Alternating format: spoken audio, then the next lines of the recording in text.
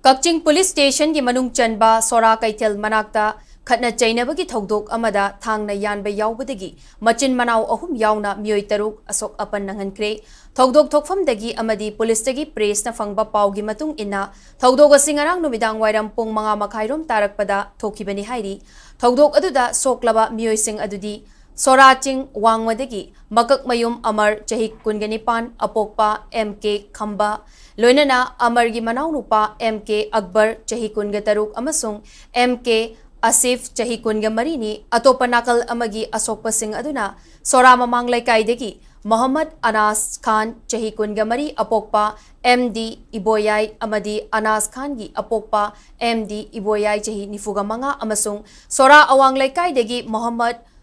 Mustakim Chahikun ni Hairi Pawasin Hai Soklaba Makoi Taruki Manungda Makak Mayum Amar MK Asif Amasung MK Anasna Thoubal District Hospital da Pukatuna Laikat Naki Aduga Muhammad Anas Khan Muhammad Iboyai Amasung Muhammad Mustakim na Kaching Lamdong da Laiba Jivan Hospital da Laikat Naki Adumoinamak Makoigi Asok Pasing Aduna Maram Oiraga Makoi Taruk Mak Imphal gi tongan ba hospital singda makhataba laying gidamak refer tokre hairi Ngarang thokiba Khatna Cheinabagi Thoudok adugi mamangda hanasu Khatna Cheinabagi Thoudok thokiba laikre hana lainakiba malomdagi ngarangi Thoudok adu thoktuna thangna yanaba yauna Khatna Cheinabagi Thoudok adu thokibani hairi Thoudok adugi pau tabadagi Kaching Police ki team ama mafam adu da changsinduna miyamgi irang adubu laksinkhre hairi